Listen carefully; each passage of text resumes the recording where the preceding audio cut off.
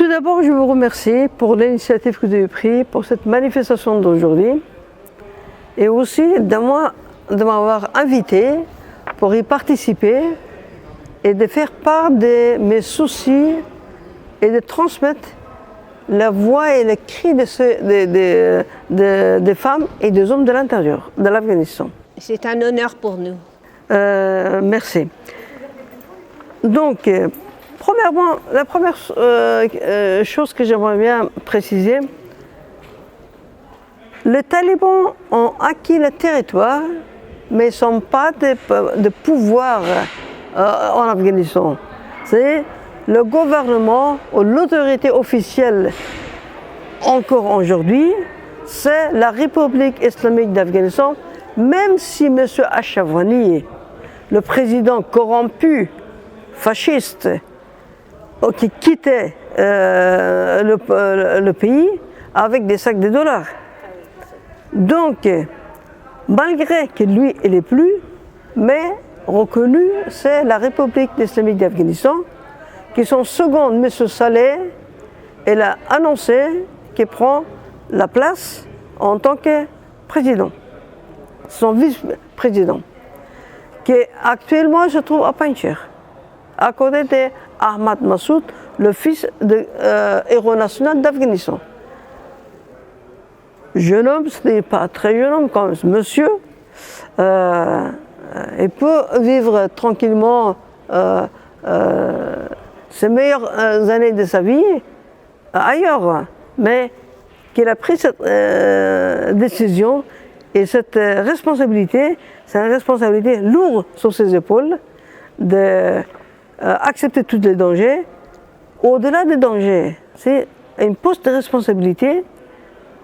Dans une situation actuelle, ce n'est pas quelque chose de facile, c'est la décision, chaque seconde, chaque parole, chaque geste, et se décider sur la vie et mort de milliers de personnes. Son courage, c'est vraiment admirable. Donc il faut être solidaire de la résistance de la vallée du Panjshir, des vallées du Panjshir, non Massoud. seulement il y a l'Inde arabe, il y a le Badakhshan, il y a plein d'autres coins d'Afghanistan que cette résistance commence à se organiser. Donc il faut le soutenir, il faut envoyer les signaux positifs, parce que entre-temps que nous, ou les pays occidentaux, ou d'autres pays, vraiment, passivement, ils attendent, on va voir vraiment le Pakistan, il envoie son armée, ses bombardiers, la Chine, elle promet 35 millions de dollars pour l'aider, et elle tape sur les épaules des talibans, quelque part. De toute façon, même si je n'ose pas dire ouvertement, on va vous reconnaître. L'Arabie Saoudite qui est déjà reconnue officiellement. Donc Qatar qui était son bureau officiel depuis 2 ans et quelques. Donc, mais pour aider la démocratie, pour les démocrates, pour le mouvement des femmes, pour les valeurs que nous sommes en commun et que nous croyons à ces valeurs, je trouve que notre signe envoyé vers l'intérieur de l'Afghanistan, très faible. C'est pas assez prononcé. Et pourtant, qu'il y ait des millions de populations, ici rien qu'en France, que je connais, elles partagent les mêmes valeurs que des populations pauvres de l'intérieur de l'Afghanistan, où les résistants des hommes, des départements d'Afghanistan, des résistants, et aussi la résistance des femmes qui, dans ce contexte vraiment dangereux et difficile, ces femmes qui, avec leur vraiment courage, mais avec leur jeunesse et avec leur volonté, face à l'oppression réelle, elles résistent. Je trouve qu'il n'y a pas de signe de le soutenir, pas visible, pratiquement pas visible. On est d'accord. Là, il faut que soit on s'organise ou que vous vous organisez. De toute façon, nous, on est en action. Il faut qu'on arrive. Alors justement, vous pouvez montrer l'association Négare que vous présidez, qui a lancé un appel, et vous venez de lancer avec Femmes ailleurs et ici ailleurs une pétition qui dit tout simplement pas de reconnaissance du régime taliban en notre nom.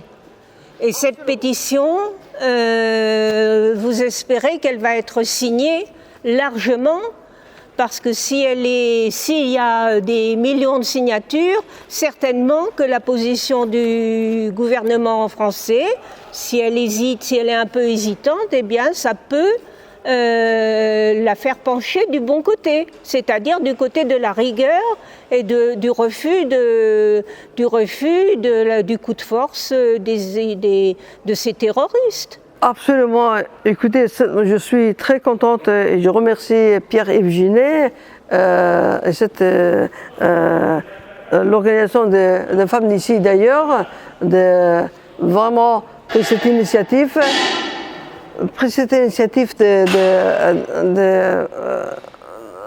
de lancer cette lettre ouverte. C'est une lettre ouverte. Lettre ouverte au président de la République. Et on peut la signer sur change.org? Oui, tout à fait. Mais ce n'est pas la seule initiative. Donc, il y avait une audience avec Mme Georges Buffet, qui est à l'Assemblée nationale. Nous, on va avoir une conférence de presse au Sénat dans les jours à venir. Il y a des manifestations un peu par-ci ou par-là à travers le monde. Oui. Les organisations d'Afghanistan qui s'organisent et aussi il y a de plus en plus de mobilisation. Le mot d'ordre, sans qu'on se communique, mais tout le monde a très bien et rapidement compris, le mot clé, l'action clé, c'est la non-reconnaissance des talibans par tous les pays, en tout cas. Le fait que les États-Unis d'Amérique a signé cet accord avec les talibans, moi je trouve que c'est ignoble.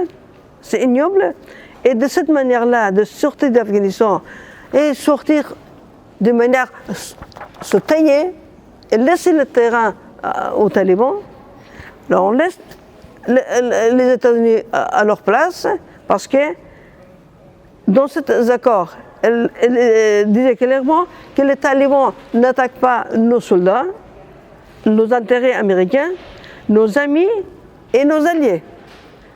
Et nous défendons nos valeurs. Donc, faire cet accord avec les talibans sans que les populations d'Afghanistan, 35 millions, soient tenues en compte, ni le gouvernement, même corrompu de l'Afghanistan, n'était pas tenu informé. Donc ils ont fait les accords entre eux, et par la tête, ils nous imposent cet accord, que nous le rejetons.